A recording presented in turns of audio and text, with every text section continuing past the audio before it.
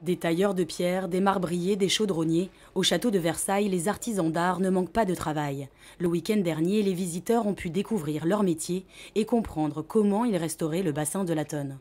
Un métier d'art, c'est l'héritage d'un savoir-faire élaboré au fil des siècles. On comptabilise 217 de ces métiers artisanaux.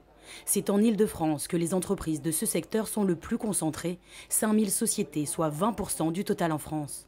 Car la région regroupe de nombreux monuments historiques et musées.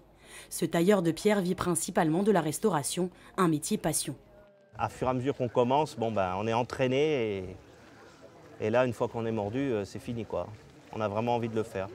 Il a commencé sa carrière par le traditionnel Tour de France des Compagnons en 1986. Aujourd'hui, il doit restaurer les pierres du bassin de la Tonne. Une partie est effectuée à la machine, mais pour les finitions, le travail reste manuel. On ne peut pas se permettre d'avoir un aspect de taille mécanique moderne. On doit toujours avoir un aspect de taille... Donc on finit à la main. Voilà. Tailleur de pierre, un métier qui n'est pas si rare. Il existe 3000 entreprises dans l'Hexagone. Un salaire de base proche du SMIC qui peut bien entendu évoluer selon l'expérience. Tailleur de pierre fait partie des métiers du bâtiment. On est des ouvriers du bâtiment. Bon, après, on a la chance de travailler sur des bâtiments des fois un peu plus prestigieux que nos collègues, mais on est tous à la même enseigne, il ne faut pas l'oublier. Au stand des chaudronniers, Philippe nous explique comment il recrée les statues en plomb. Comme on peut voir ici, cette pâte elle était tombée mais on l'avait. Donc on l'a remise en place. Donc on a fait une soudure. Voilà. On voit la soudure ici. Et après, le but c'est de recréer les écailles. Pour recréer les écailles, il faut tailler le plomb. Dans ce secteur aussi, on utilise des machines et des techniques modernes, mais le résultat doit se rapprocher des réalisations de l'époque. Pour Philippe également, la frontière entre métier d'art et métier industriel reste ténue. La formation est la même. Il a ainsi commencé comme chaudronnier industriel avant de se spécialiser dans la restauration il y a maintenant 14 ans. Ces œuvres-là, c'était des métiers comme les métiers industriels à l'heure actuelle. Donc les gens gagnaient leur croûte en travaillant sur les fonderies, la ciselure, voilà. Et donc maintenant, ces métiers-là, ciseleurs qui sont un peu plus rares, ciseleurs, doreurs, tout ça, c'est devenu des métiers d'art. Mais à l'époque, c'était assez courant. Dans l'atelier annexe, les fontainiers s'occupent des canalisations du bassin. Olivier a lui aussi commencé dans le secteur industriel avant de se spécialiser. Un CAP de plombier en poche, il a passé un concours de catégorie C pour intégrer le service des fontainiers. Il n'y a pas de formation spécifique, c'est uniquement à l'intérieur du service qu'on forme les nouvelles personnes. Un métier de transmission et c'est bien là toute la différence avec le monde industriel. Un savoir-faire unique, des fabrications limitées et toujours la passion. Là on se dit, cette pièce-là qu'on vient de créer avec les collègues va durer dans le temps peut-être 200 ou peut-être 300 ans, je ne sais pas, parce que d'autres qu'on a déjà démontées, qui étaient d'époque, et tenaient encore. Donc là on fait quelque chose qui va vraiment perdurer dans le temps. Ça c'est une satisfaction, ça. Et pour tenir aussi longtemps, il faut s'inspirer des techniques artisanales, traditionnelles, d'antan, comme la soudure à la louche.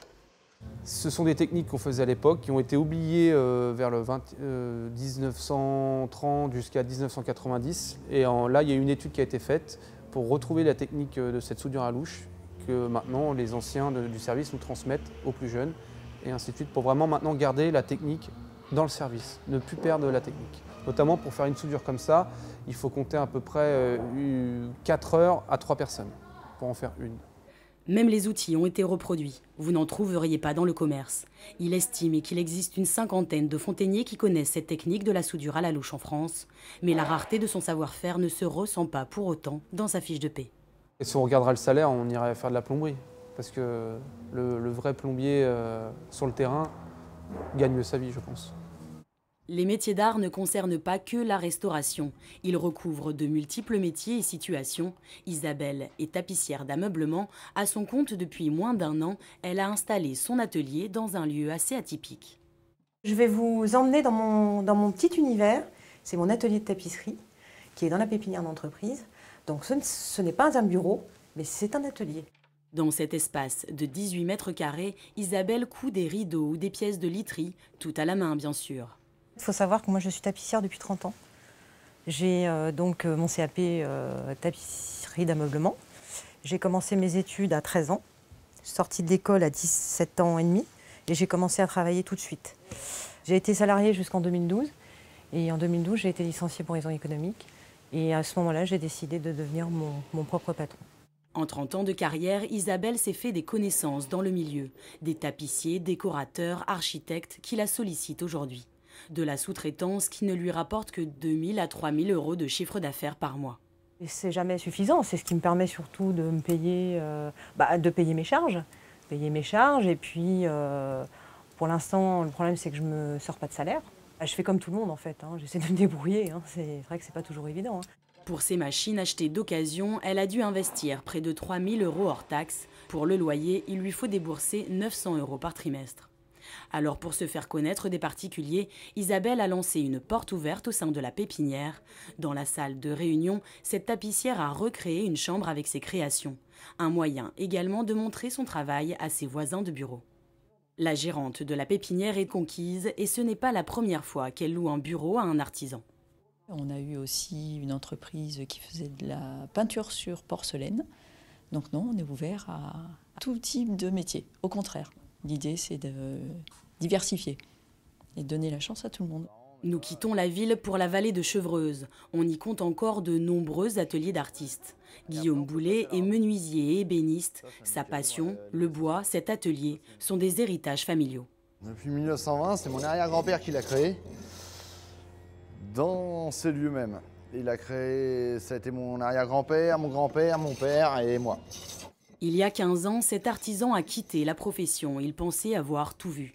C'était sans compter sa rencontre inattendue avec un artiste français, Florent Pagny. Je travaillais dans une entreprise de clôture à l'époque et on a fait une clôture chez lui. Et on a discuté et puis on a parlé que voilà, j'étais menuisier et là il m'a dit « pas normal ça, il faut arrêter la clôture, c'est pas possible ». Guillaume se lance alors dans l'ameublement en bois, une activité qui ne cesse de prendre de l'ampleur. C'est encore Florent Pagny qui le pousse à reprendre l'entreprise familiale à la mort de son père. Aujourd'hui, les deux amis collaborent ensemble. Leur dernière réalisation, ces meubles en bois de chêne. Moi, c'est un rêve, il réalise un de mes rêves, quoi. Sortir une ligne de meubles signée Florent Pagny, Guillaume Boulet, franchement. Guillaume travaille une semaine pour un seul de ses fauteuils, prix d'achat 4 000 euros. Il devrait rapidement être vendu car il n'y aura qu'une quarantaine d'exemplaires. Le bois vient de la forêt de Rambouillet, un stock limité. Pour chaque nouvel arrivage, il faut de 5 à 6 ans pour sécher le bois. Mais l'objectif de cet ébéniste n'est pas de s'enrichir. Il réalise de 500 à 600 000 euros de chiffre d'affaires annuel et emploie 7 personnes. Je ne vais pas rouler avec une grosse voiture. Ça ne m'intéresse pas. La menuiserie, pour moi, c'est un métier, c'est une passion, quoi. Je suis toujours en train de... Moi, mes week-ends, je suis là, quoi. J'aime bien, je suis tout seul dans mon atelier, je n'ai pas mes salariés et je retrouve mon atelier. Et il n'y a qu'à ces moments-là où je suis bien, c'est quand je travaille le bois. Pour lui, exercer un métier d'art signifie créer à la main. Bien sûr, des machines LED aujourd'hui, mais les assemblages, par exemple, restent en bois. Ici, pas de clous, ancienne technique, mais matériel moderne. Les métiers d'art regroupent donc des réalités très différentes, restauration, création ou fabrication traditionnelle. Si certains artisans du secteur se positionnent sur le marché très porteur du luxe, d'autres arrivent difficilement à joindre les deux bouts. Leur maintien est pourtant le gage de la transmission de savoir-faire ancestraux.